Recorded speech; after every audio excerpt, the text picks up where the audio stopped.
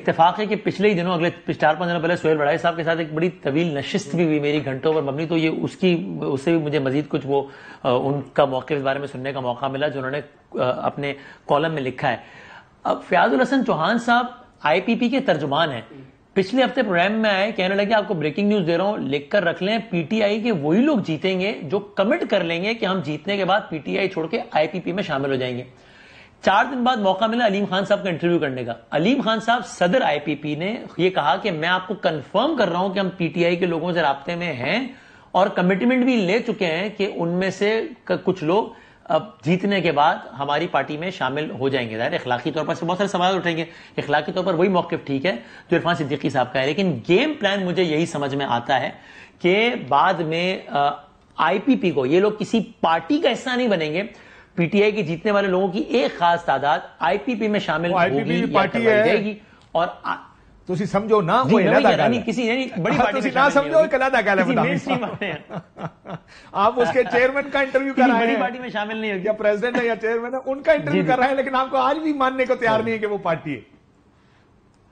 میں مطلب کسی بڑی پارٹی میں مصرع کر لیں, کسی مین اسٹریم پارٹی کا حصہ نہیں بنیں گے, وہ آئی پی پی میں شامل ہوں گے. آئی پی پی بطور پارٹی اپنا وجود برقرار رکھے گی اور آئی پی پی ایک ایسی پارٹی ہوگی جو کہ اگر کسی حکومت سے نکل جائے تو وہ حکومت لڑکھڑا جائے, اور سب کو معلوم ہوگا کہ آئی پی پی کے معاملات کس طرح چلتے ہیں. تو گیم پلان مجھے سمجھ میں آتا ہے کہ پی ٹی ایک چیز اور بھی کہ این ممکن ہے, ایسا بھی لگتا ہے پلان کا صحیح بھی, کہ پی ٹی آئی کے کچھ سرکردہ لیڈرز اگر جیت گئے جن کو آئی پی پی میں بھی شامل نہیں ہو سکتے جو, تو پھر وہ کوئی ایسا ہو جائے ان کے ساتھ کہ وہ کسی لیگل پروسیڈنگ کے نتیجے میں وہ انتخابات کی گیم سے باہر ہو جائیں, تو پی ٹی آئی کا سائز چھوٹا ہو جائے گا اور پی ٹی آئی کے بہت سارے لوگ پھر آئی پی پی میں چلے جائیں گے. اگر الیکشن سارے غائب ہو جائیں, گیم سمجھ میں آتا ہے, لیکن اگر وہ ڈیلیں کر کے آئیں گے تو وہ ایک علیحدہ بحث ہے, لیکن اگر غائب ہو جائیں سارے اور نہ نظر آئیں 3-4 دن جب تک کانی قدغنا, تو شاید پھر نکل بھی جائیں اس میں.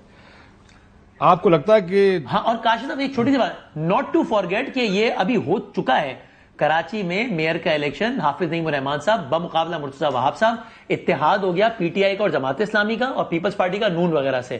جتنی سیٹیں سب نے جیتی اس کے حساب سے Peoples Party plus Jamaat Islami was more then Peoples Party versus اتحادیز. یو مین ٹو سے کہ پی ٹی آئی پلس جماعت اسلامی واز مور, آپ غلط کہہ گئے, میرے خیال ہے وہ آپ کے جماعت اسلامی اور تحریک انصاف مل کر زیادہ نمبر تھا ان کا Peoples Party. P T I plus Jamaat Islami combined was more then Peoples Party plus اتحادی. لیکن جب الیکشن کا دن آیا تو پی ٹی آئی کے 31 لوگ نہیں آئے اس دن ایوان میں, جب نہیں آئے تو نمبر گیم الگ ہو گیا, جب نمبر گیم الگ ہو گیا تو مرتضی وہاب صاحب بن گئے میئر. لوگ ٹوٹیں گے.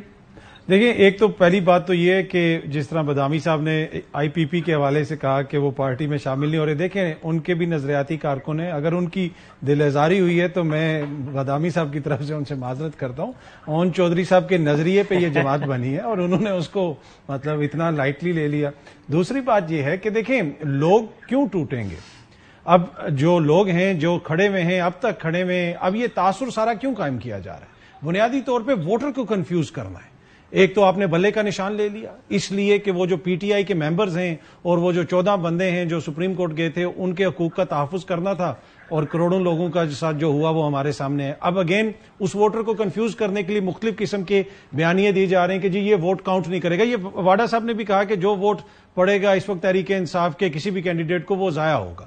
کچھ عرصے پہلے تک بیانیہ یہ تھا کہ جی یہ ٹکٹ لینے والے ڈھونڈ رہے ہوں گے, یہ ٹکٹ لے کے پھر رہا ہوگا, اس کا کوئی ٹکٹ نہیں لے گا. پھر آپ نے دیکھا کہ ایک حلقے کے اندر کتنے ٹکٹ لیے, اور پھر بہت سارے دوست جو یہ کہتے تھے کہ ٹکٹ لینے والا کوئی نہیں ہوگا, انہوں نے کہا یہ ٹکٹ بک رہے ہیں, ٹکٹوں میں ناانصافی ہو رہی ہے. مسئلہ یہ کہ ہمیں عوام کا موڈ سمجھنے کی ضرورت ہے. آپ نے ایک سیاسی عمل کو روکا ہوا ہے, آپ نے عوام کا جو ووٹ کا رائٹ ہے وہ 2 صوبوں میں ایک تقریباً 1 سال سے روکا ہوا ہے. تو لوگ باہر نکلیں گے, وہ ووٹ ڈالیں گے, اور جن کو وہ ووٹ ڈالیں گے میرے خیال میں ان میں سے میجورٹی جو ہے وہ مجھے نہیں لگتا کہ وہ کہیں پہ بھی جائے گی. اگر اتنا یہ آسان ہوتا سارا کچھ تو اتنے پاپڑ نہ بیلنے پڑتے کہ آج بھی آپ ان کو کمپین نہیں چلانے دے رہے, آج بھی آپ ان کے پوسٹرز اتار رہے ہیں. جو یاسمین راشد صاحب ہیں جنہوں نے 80,000 ووٹ لیے تھے 2013 میں, ان کا ایک بھی پوسٹر آپ کو میاں صاحب کے حلقے میں نظر نہیں آتا. تو اگر میاں صاحب کا حلقہ ہے, ہاں یہ جو بالکل, اگر کوئی لگا ہوا بھی ہے تو وہ اتروا دینا چاہیے.